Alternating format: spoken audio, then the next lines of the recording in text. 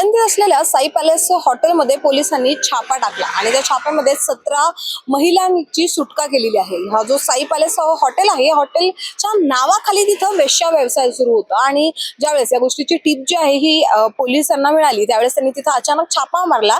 त्या छापेमारीमध्ये त्यांना 17 महिला ज्या आहेत तिथं वेश्या व्यवसाय करतात, त्या ज्या दुसऱ्या शहरातून इथं आलेल्या आहेत, त्यांना जबरदस्ती तिथं ठेवण्यात आलं होतं। त्यांची सुटका पोलिसांनी केली आणि त्याबरोबरच 6 आरोपींना आता अटक करण्यात आलेला आहे। आता आपल्याला मिळालेल्या माहितीनुसार जे आहे की हे जे आरोपी आहेत 6 ज्यांना आता सध्या अटक केलेली आहे, ती त्यावेळेस त्या हॉटेलमध्ये तिथं होते आणि त्यावेळेस त्यांना पोलिसांनी अटक केलं। परंतु या हॉटेलचा जो मालिक आहे त्याचा शोध अजूनही सुरू आहे। परंतु जर आपण बघितलं तर पुण्यामध्ये सातत्याने वेश्या व्यवसाय जो आहे तो आतापर्यंत चालू होता।